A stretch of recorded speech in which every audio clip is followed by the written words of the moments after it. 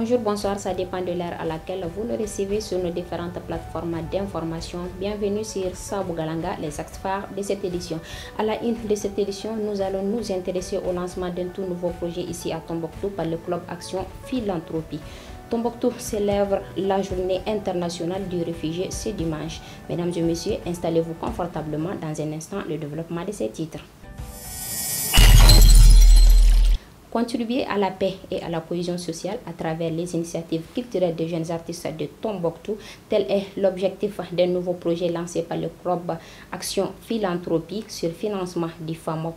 Le projet d'une durée de 6 mois se focalisera sur la réalisation des théâtres, poèmes et autres œuvres artistiques et culturelles.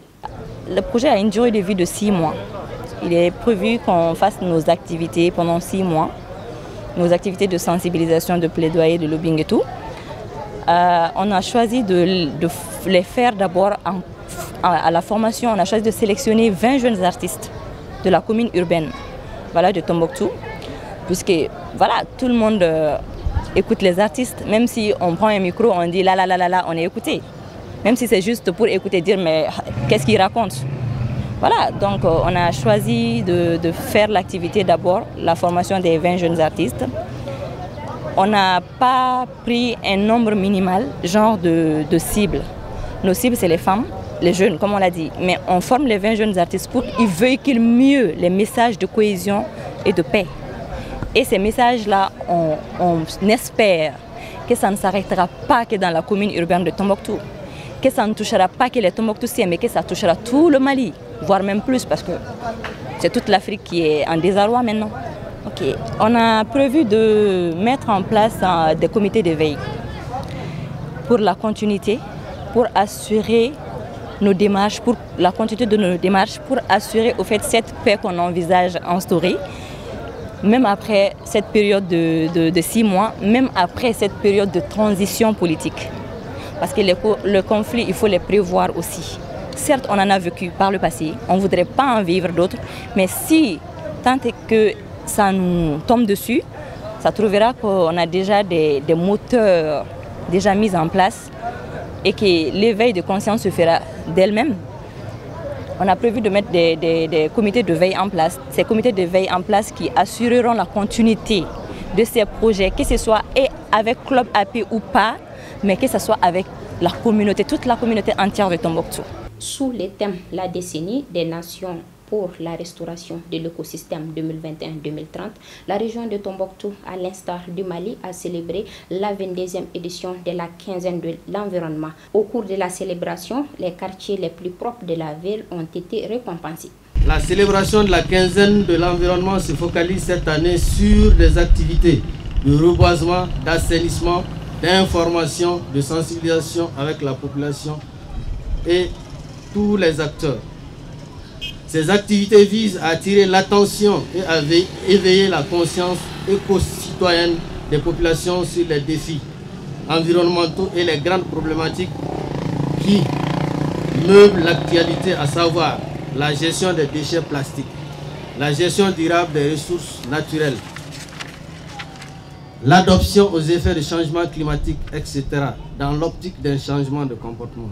Le conseil communal des jeunes de Tombouctou, avec l'appui des FAMA et Barkhane, a initié la première édition de la semaine artistique, culturelle et sportive du 6 au 17 juin 2021 à Tombouctou. Le projet a mis en compétition les différents quartiers de la ville en sport et prestations culturelles. Les objectifs sont atteints, car les objectifs que nous sommes fixés, c'est de mettre la jeunesse de la commune urbaine de Tombouctou en compétition. Et cela a été vraiment une réalité quand on essaie de voir le football. Durant 2 semaines, les jeunes de différents quartiers sont mis en compétition. Alhamdulillah, grâce à Dieu, la finale a eu lieu ce soir à 17 h. Et suite à cela, il y a eu aussi l'autre compétition concernant le basketball. Ça aussi, ça rassemble toute la jeunesse de la commune urbaine de Tombouctou à travers les 8 quartiers de Tombouctou, qui sont mis encore une fois de plus en compétition, et nous venons tous de finir avec la finale. Donc c'est ça l'objectif, c'est de montrer réellement à la jeunesse de Tombouctou que le conseil communal des jeunes est là uniquement pour eux, pour l'épanouissement de cette jeunesse. Et ce que nous venons de voir ce soir, à démontrer réellement cette réalité. Donc vraiment l'objectif, je ne peux dire autre chose, qui sont vraiment atteints. Et l'appel que j'ai à lancer aux partenaires, nous avons vu réellement du 6 au 17, la jeunesse vraiment s'est beaucoup épanouie. Et donc pour que cet épanouissement puisse être pérennisé, rien ne peut être fait dans ce sens que de nous appuyer une fois de plus pour la deuxième édition de la semaine culturelle, artistique et sportive, pour que nous puissions les réaliser dans la commune urbaine de Tombouctou, afin que la jeunesse puisse être vraiment au devant de la scène. Voilà, donc c'est l'appel que nous lançons à nos partenaires de nous accompagner dans ce sens, afin que vraiment la deuxième édition puisse être vraiment une réalité.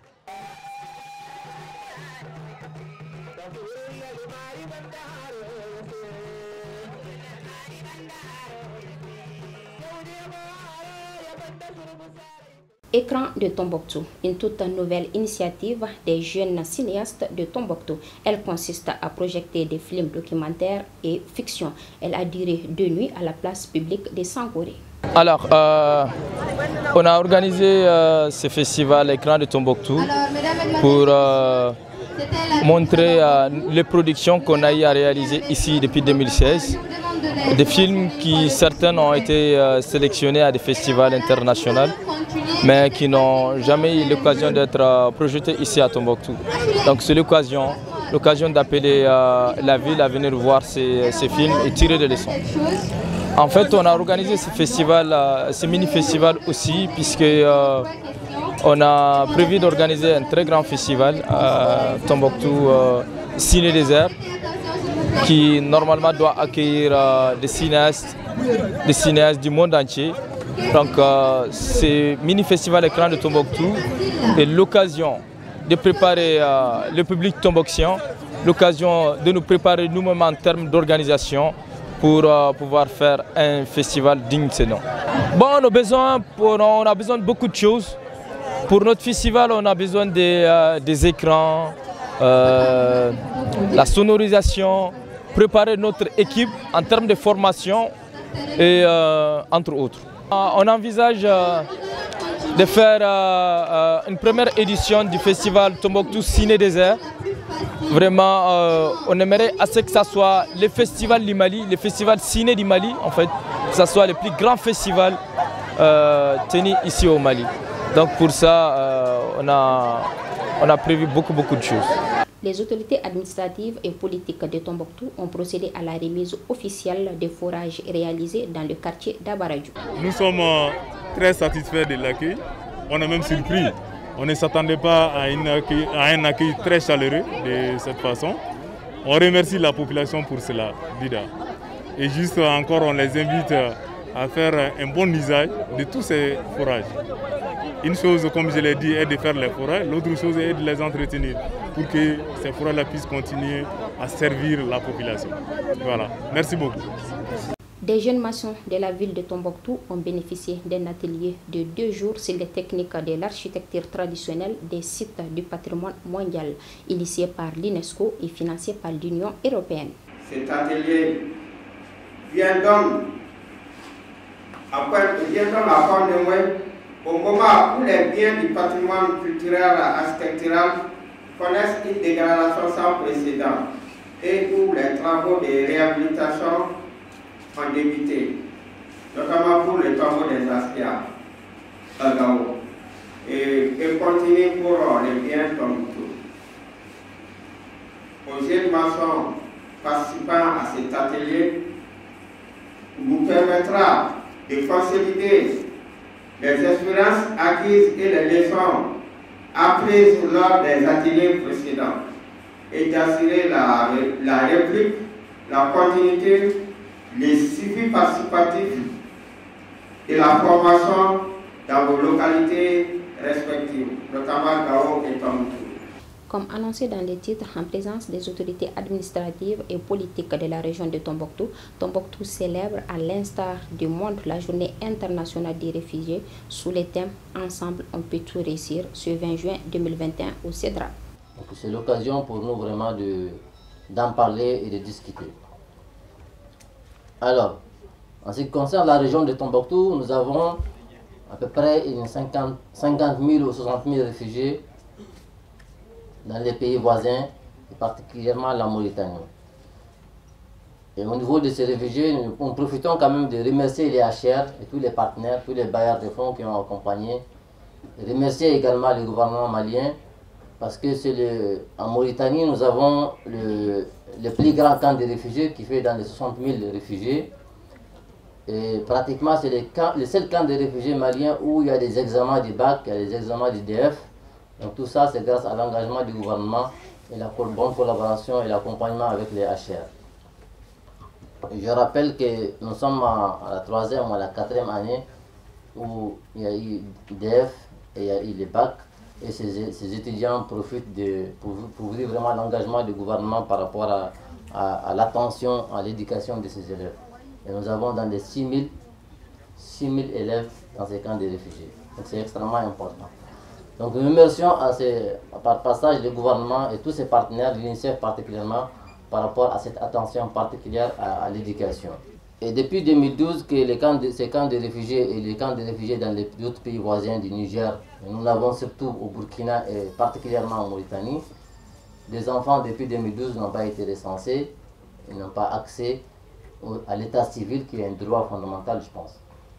Donc à ce niveau-là, je recommande vraiment, et je demande aux partenaires de tenir cet aspect comme priorité pour que nous puissions enrôler ces enfants nés depuis l'année 2012 et pouvoir même, je rappelle aussi que c'est l'unique camp des réfugiés qui a participé aux élections présidentielles en 2013. Donc ça c'est extrêmement important pour nous. Alors, ce qui m'amène, mesdames et messieurs, les représentants des Nations Unies, des organisations des Nations Unies, en tant que collectivité région, nous sommes en charge du développement et nous avons des projets structurants et des projets pour l'avenir.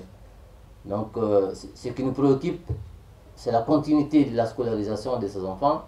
Et ce qui nous préoccupe aussi, c'est l'intégration économique des réfugiés. Au Mali, la Commission nationale des réfugiés a, à ce jour, enregistré 48 500 réfugiés, dont 3 000 environ vivent dans notre région, précisément dans la localité de Gossi et de Ouinerdem, et qui sont tous, pour la plupart, des nationalités burkinabées. Cette année, le thème retenu pour la 20e édition de la Journée mondiale du réfugié est « Ensemble, on peut tout réussir ». Nous sommes disposés avec les partenaires à promouvoir les initiatives liées à la santé, à l'éducation et au sport. Nous devons faire preuve de solidarité et de générosité à l'égard des réfugiés et des déplacés, car, disait Émile Zola, le bonheur de chacun fait simplement le bonheur de tous. Il convient de rappeler que 152 804 Maliens sont encore réfugiés dans les pays voisins, dont 69 921 ressortissants de la région de Tombouctou sont au camp des réfugiés de Mbera en Mauritanie, qui, malgré la crise, bénéficient de l'aide internationale. Merci à toutes, merci à tous. C'est ce qui va mettre fin à cette édition. Nous vous donnons rendez-vous la semaine prochaine, Inch'Allah, tout en vous demandant de consommer beaucoup d'eau en cette période de chaleur. Merci et à la semaine prochaine.